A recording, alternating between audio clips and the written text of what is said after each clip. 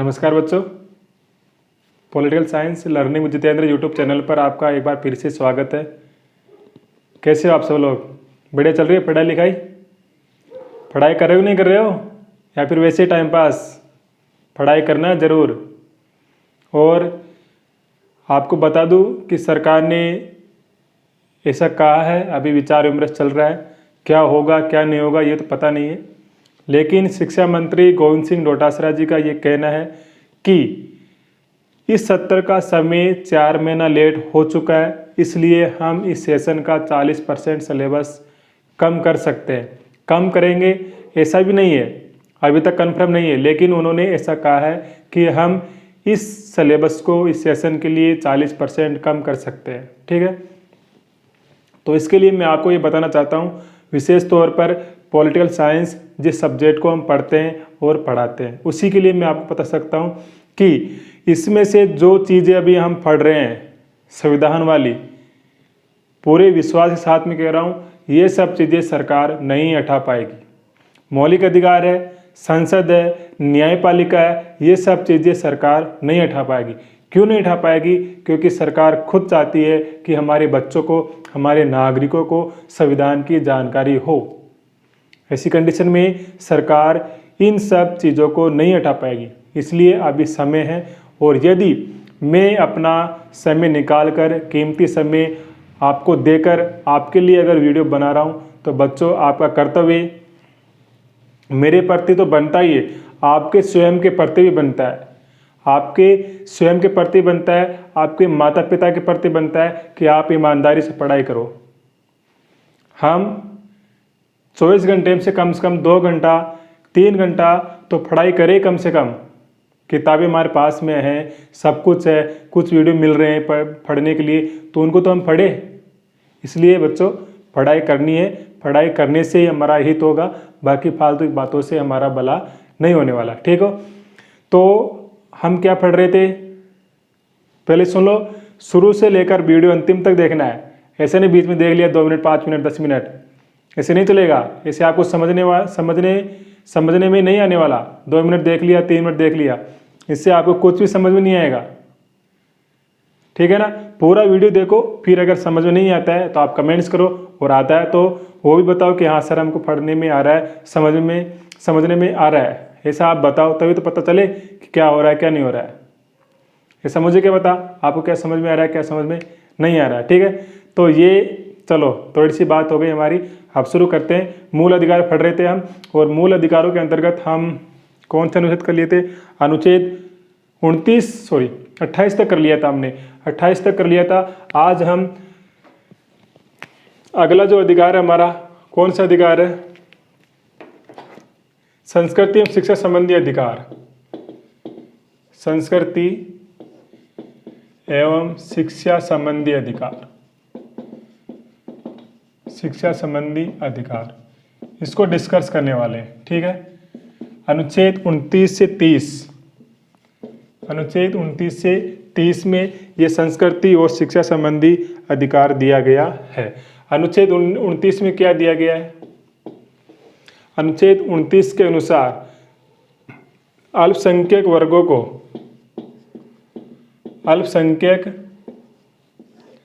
वर्गों को अपनी भाषा, संस्कृति, अपनी भाषा, संस्कृति, लिपि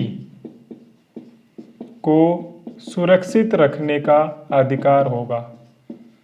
सुरक्षित रखने का अधिकार होगा। ठीक है, ये अल्पसंख्यकों का अधिकार है कि वो अपनी भाषा को सुरक्षित रखे, अपनी संस्कृति को सुरक्षित रखे, अपनी लिपि को वो सुरक्षित रखे। यहाँ पर हम अल्पसंख्यक की बात करें कि अल्पसंख्यक होते कौन है, अल्पसंख्यक किसे कहा जाता है, अल्पसंख्यक कौन होते हैं, किसे कहते हैं, तो ध्यान में रखना। हमारे यहाँ पर अल्पसंख्यक का दर्जा किस आधार पर दिया जाता है? जनसंख्या के आधार पर। संपूर्ण भारत की जनसंख्या के आधार पर अल्पसंख्यक का दर्जा दिया जाता है, न कि राज्य की जनसंख्या के आधार पर। संपूर्ण भारत की जनसंख्या की तुलना में किस धर्म की जनसंख्या सबसे कम है उसके आधार पर उनको अल्पसंख्यक का दर्जा दिया जाता है। अभी वर्तमान में कौन कौन से ऐसे धर्म हैं जिनको अल्पसंख्यक का दर्जा दिया गया है हमारे यहाँ पर, तो यहाँ पर हम चर्चा करना चाहे कौन से हैं, तो यहाँ पर आता है जैन धर्म, मुस्लिम धर्म और सिख ईसाई, पारसी और बौद्ध। ठीक है, 1 2 3 4 5, 1 2 3 4 5 6, ये इसमें नहीं आएगा। जैन, मुस्लिम, सिख, ईसाई और बौद्ध, इन पांचों को अल्पसंख्यक का दर्जा दिया गया है। मतलब ये पांचों हमारे यहाँ पर, ये पांचों धर्म क्या है, अल्पसंख्यक है। ठीक है, तो इनको हम अल्पसंख्यक कह सकते हैं। ओनली मुसलमान लोगों को ही हम अल्पसंख्यक नहीं कह सकते, उनके अलावा भी और बाकी ये जो धर्म है इनको भी हम अल्पसंख्यक कहते हैं, इनको भी अल्पसंख्यक का दर्जा दिया गया है। ठीक है, अब कुछ राज्य ऐसी मांग करते हैं कि इस राज्य में मुसलमानों की तुलना में हिंदुओं की संख्या घट गई है, इसलिए हिंदुओं को अल्पसंख्यक का दर्जा दिया जाए। लेकिन सरकार और हमारी न्यायपालिका इसके लिए मना करती है कि हम एक राज्य की जनसंख्या के आधार पर किसी को अल्पसंख्यक का दर्जा नहीं दिया जा सकता। संपूर्ण भारत में यदि किसी धर्म की तुलना में आपकी संख्या कम है तो आपको अल्पसंख्यक का दर्जा दिया जा सकता है, अन्यथा नहीं। और यदि देखा जाए ओवरऑल पूरे भारत में, तो इन धर्मों की तुलना में हिंदुओं की संख्या ज़्यादा है, इसलिए हिंदुओं को अल्पसंख्यक का दर्जा नहीं दिया जा सकता, भले ही वो किसी राज्य में अन्य धर्म की तुलना में अधिक हो। लेकिन संपूर्ण भारत में तो भले वो किसी राज्य में अन्य धर्म की तुलना में कम हो, लेकिन संपूर्ण भारत में तो उनकी संख्या अधिक है, इसलिए उनको माइनॉरिटी का या फिर अल्पसंख्यक का दर्जा नहीं दिया जा सकता। ये ध्यान में आपको रखना है अनुच्छेद 29 को लेकर। ठीक है, अनुच्छेद 30 की हम चर्चा करें। यहाँ पर अनुच्छेद 30 क्या कहता है? अनुच्छेद 30 अल्पसंख्यकों को,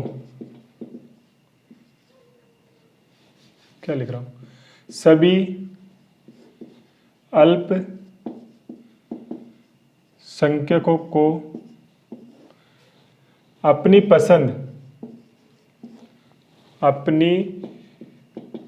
पसंद की शिक्षण संस्थान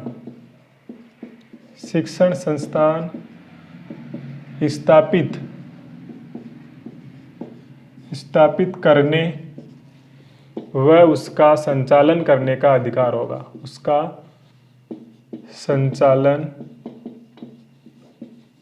करने का अधिकार होगा।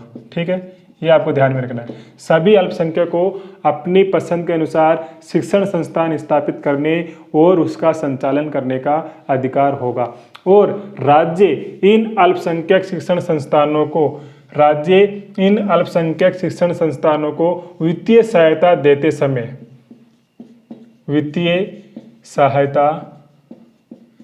देते समय धर्म के आधार पर और जाति के आधार पर, धर्म या जाति के आधार पर कोई भेदभाव नहीं करेगा।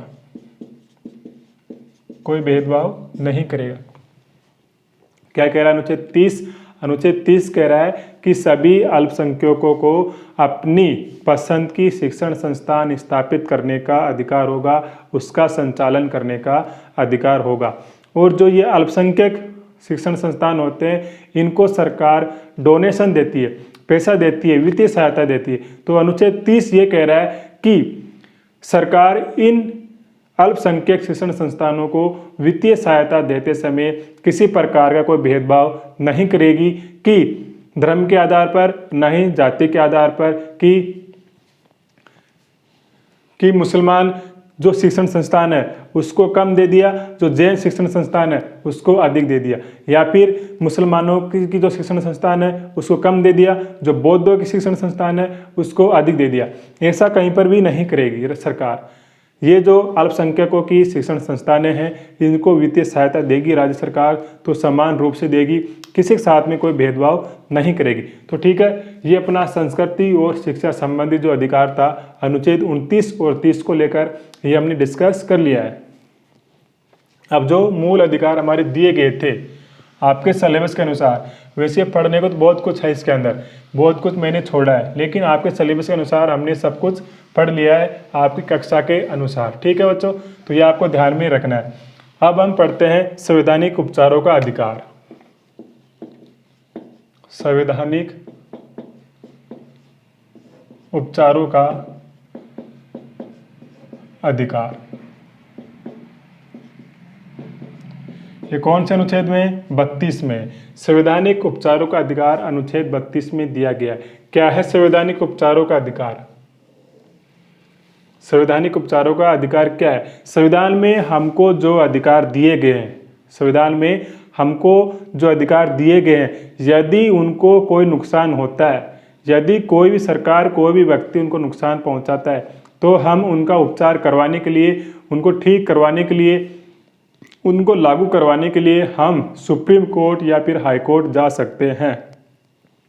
अनुच्छेद 32 हमको ये अधिकार देता है कि आप अपने मौलिक अधिकारों का उल्लंघन होने पर, अपने मौलिक अधिकारों का हनन होने पर सीधे आप सुप्रीम कोर्ट जा सकते हो, अन्य न्यायालय में नहीं जाकर। और अनुच्छेद 226 आपको ये अधिकार देता है कि आप अपने मूल अधिकारों की रक्षा के लिए हाई कोर्ट भी जा सकते हो। यहाँ पर हम सुप्रीम कोर्ट की यदि चर्चा करें तो सुप्रीम कोर्ट संवैधानिक उपचारों के अंतर्गत 5 प्रकार की रिट जारी करता है, 5 प्रकार की याचिकाएं जारी करता है। कौन कौन सी वो याचिकाएं, उनके बारे में हम थोड़ा सा यहाँ पर डिस्कस करते हैं। ठीक है, 5 प्रकार की रिटें जारी करता है, ये ध्यान में रखना है।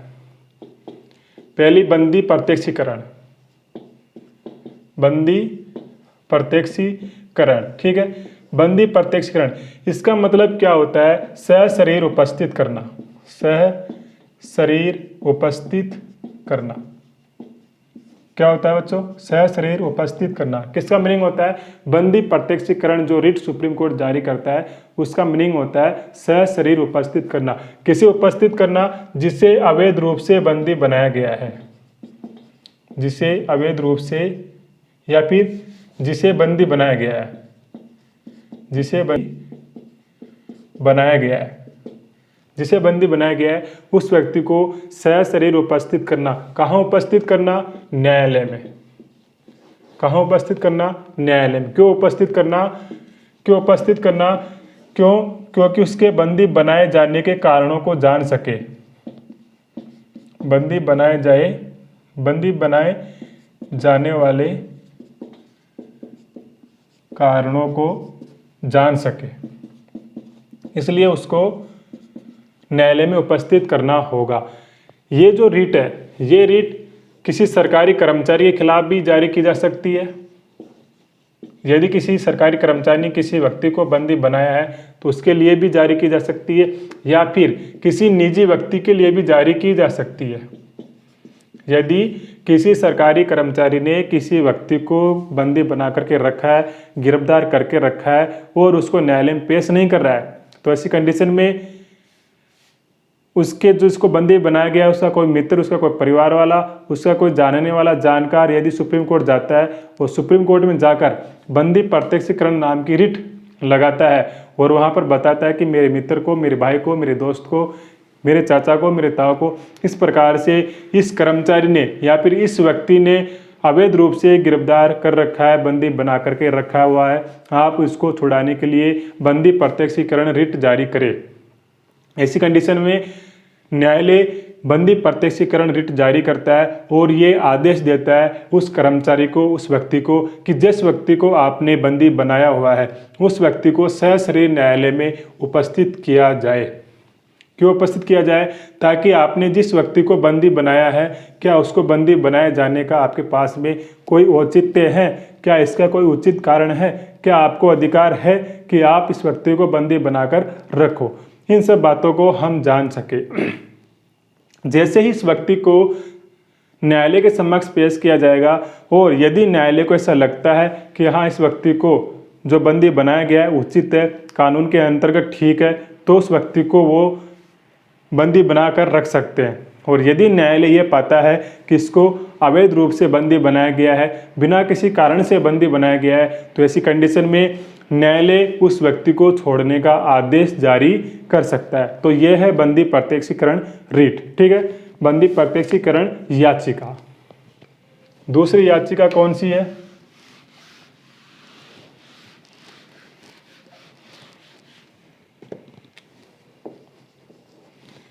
दूसरी याचिका कौन सी है?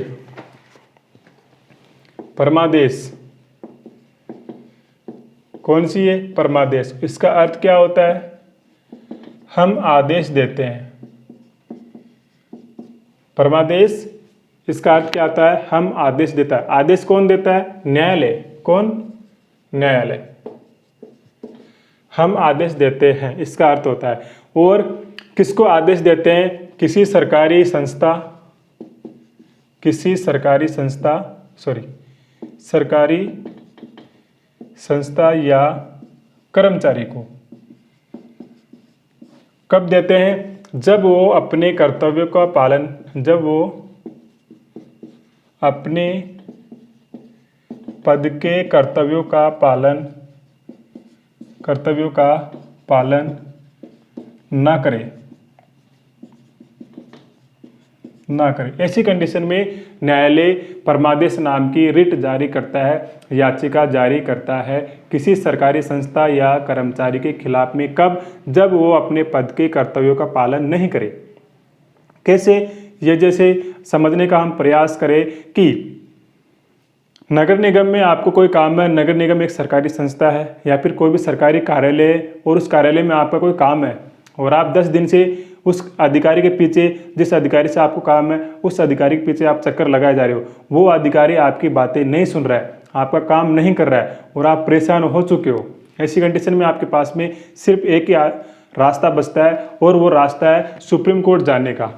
कौन सा रास्ता है? सुप्रीम कोर्ट जाने का। ठीक है, सुप्रीम कोर्ट जाकर आप न्यायालय में या फिर हाई कोर्ट में, सुप्रीम कोर्ट में परमादेश नाम की याचिका लगाओगे और उसमें ये बताओगे कि मेरा ये कार्य है और ये कर्मचारी, ये संस्था, ये अधिकारी मेरा ये कार्य नहीं कर रही है, जबकि उनके पद के अंतर्गत उनको ये कार्य करना चाहिए, ये उनका कर्तव्य है। और यदि न्यायालय पाता है कि वास्तव में संबंधित कर्मचारी का ये कार्य है, उसको ये कार्य करना चाहिए, क्यों नहीं कर रहा है, तो इसके लिए न्यायालय उसको परमादेश नाम की रिट जारी करता है और उसको आदेश करता है कि ये आपका कार्य है, इसको आप करिए। ऐसी कंडीशन में उस अधिकारी को फिर आपका वो कार्य करना होता है। तो ये होती है परमादेश नाम की याचिका, ध्यान में रखना है। ठीक है,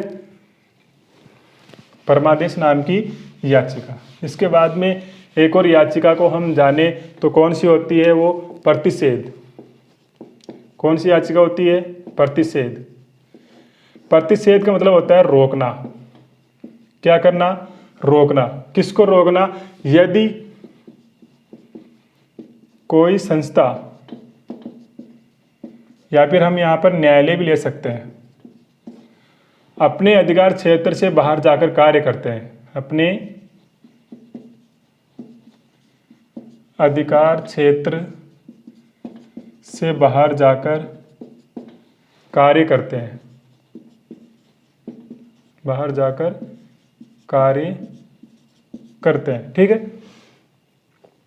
प्रतिषेध मतलब रोकना, निषेध करना, इसका मीनिंग होता है यदि कोई सरकारी संस्था है, यदि कोई न्यायालय है और वो अपने अधिकार क्षेत्र से बाहर जाकर कार्य करता है, तो ऐसी कंडीशन में सुप्रीम कोर्ट या फिर हाई कोर्ट प्रतिषेध नाम की याचिका जारी करता है और उस संस्था को, उस कर्मचारी को अपने अधिकार क्षेत्र से बाहर जाकर कार्य करने से रोकता है।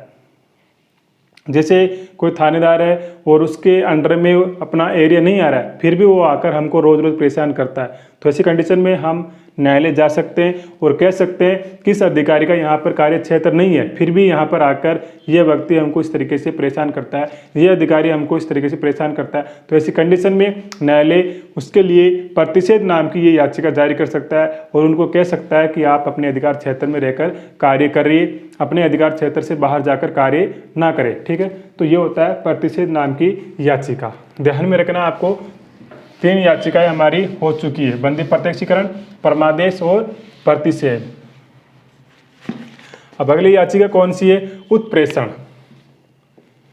कौन सी है? उत्प्रेषण।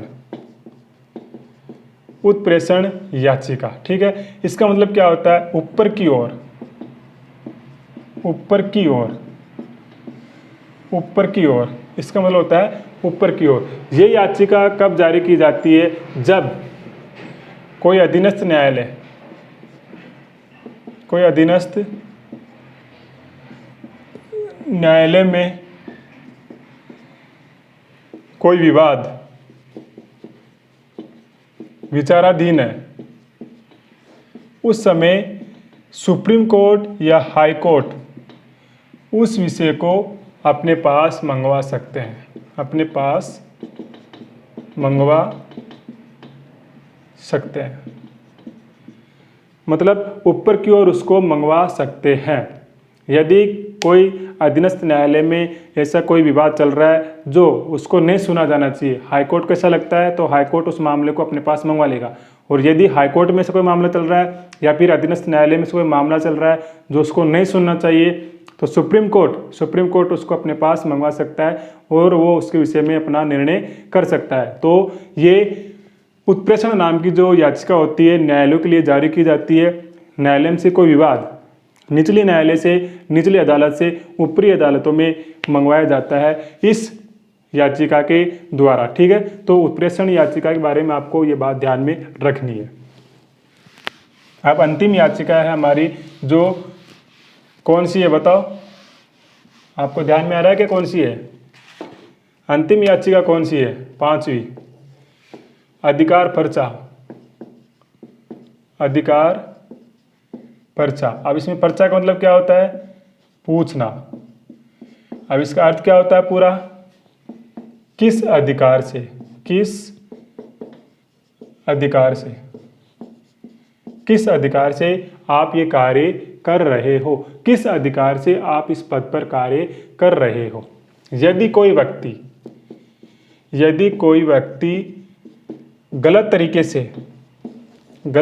से कोई पद ग्रहण कर लेता है, कोई पद ग्रहण कर लेता है, तो ऐसी कंडीशन में न्यायालय उस व्यक्ति से ये पूछता है कि आप ये पद किस अधिकार से ग्रहण कर रखे हो, किस अधिकार से आप इस पद पर कार्य कर रहे हो, आप हमें बताइए। ऐसी कंडीशन में उस व्यक्ति को वो बातें बतानी होती है जिस अधिकार से वो वहाँ पर उस पद पर कार्य कर रहा है, ठीक है। जैसे हम इसको समझना चाहे कि जैसे अपने ही कोई 2 मित्र है और 2 मित्र में से एक मित्र ऐसा है जिसने सिर्फ BA पास किया है, और जब 2nd grade, 1st grade, 3rd grade शिक्षक भर्ती आई, 1st grade, 3rd grade, 2nd grade शिक्षक भर्ती आई, उस समय पर वो व्यक्ति कहीं से, जो हमारा दोस्त था, वो व्यक्ति कहीं से फर्जी डॉक्यूमेंट्स लेकर, किसी की फर्जी डिग्री लेकर फॉर्म भी भर देता है और एग्ज़ाम पास भी कर लेता है और नौकरी भी लग जाता है और नौकरी भी करता रहता है। लेकिन ऐसी कंडीशन में या तो हमको पता है या फिर किसी और को ये पता लग जाता है कि ये व्यक्ति फर्जी तरीके से इस पद पर बैठा हुआ है, इस व्यक्ति ने गलत तरीके से इस पद को हासिल किया है, इसके पास में इस पद की कोई योग्यता नहीं है। तो ऐसी कंडीशन में वो व्यक्ति हाई कोर्ट में, सुप्रीम कोर्ट में उस व्यक्ति के लिए शिकायत कर सकता है कि ये व्यक्ति इस प्रकार से इस पद पर गलत तरीके से कार्य कर रहा है। उस कंडीशन में न्यायालय उस व्यक्ति को अधिकार पर्चा नाम की रिट जारी करेगा और उससे ये पूछेगा कि आप इस पद पर किस अधिकार से कार्य कर रहे हो, क्या आपके पास में इस पद पर कार्य करने की योग्यता है। यदि वो व्यक्ति अच्छे से न्यायालय को संतुष्ट कर पाता है कि मैं इसके लिए योग्य हूँ, मेरी खुद की डिग्री है, तो ठीक है। और यदि वो फर्जी पाया जाता है तो उसको उस पद को छोड़ना पड़ता है और न्यायालय जो भी उसके लिए दंड करे वो दंड भी उसको भुगतना पड़ता है। तो ये याचिकाएं पूरी हो गई। संवैधानिक उपचारों का अधिकार के अंतर्गत 5 प्रकार की रिट जो जारी करता है सुप्रीम कोर्ट या फिर हाई कोर्ट, ये मूल अधिकार हमारे पूरे हो गए हैं बच्चों, ठीक है। आपको अच्छे समझ में आया होगा। कम से कम कमेंट्स करके तो आप मुझे ये बताएं कि हाँ हमको ये बातें समझ में आ गई है, ठीक है। अब अगला अपना नेक्स्ट पॉइंट जो भी होगा उसको हम डिस्कस करेंगे, उसको पढ़ेंगे। आप पूरा वीडियो देखें, शुरू से लेकर अंतिम तक वीडियो देखें, तब आपको समझ में आएगा बच्चों। ऐसे समझ में नहीं आएगा। मैं बार बार यही कहता हूँ, पॉलिटी को लेकर विशेष तौर पर जिस सब्जेक्ट के बारे में समझता हूँ, जानता हूँ और उसको महसूस करता हूँ, उसके आधार पर मैं आपको कह रहा हूँ पॉलिटी ज़्यादा कठिन भी नहीं है और इतनी आसान भी नहीं है। इसी को हम कठिन बनाते हैं, हम ही इसको आसान बनाते हैं। हम चाहे तो हम इसको आसान बना सकते हैं, हम चाहे तो हम इसको कठिन बना सकते हैं।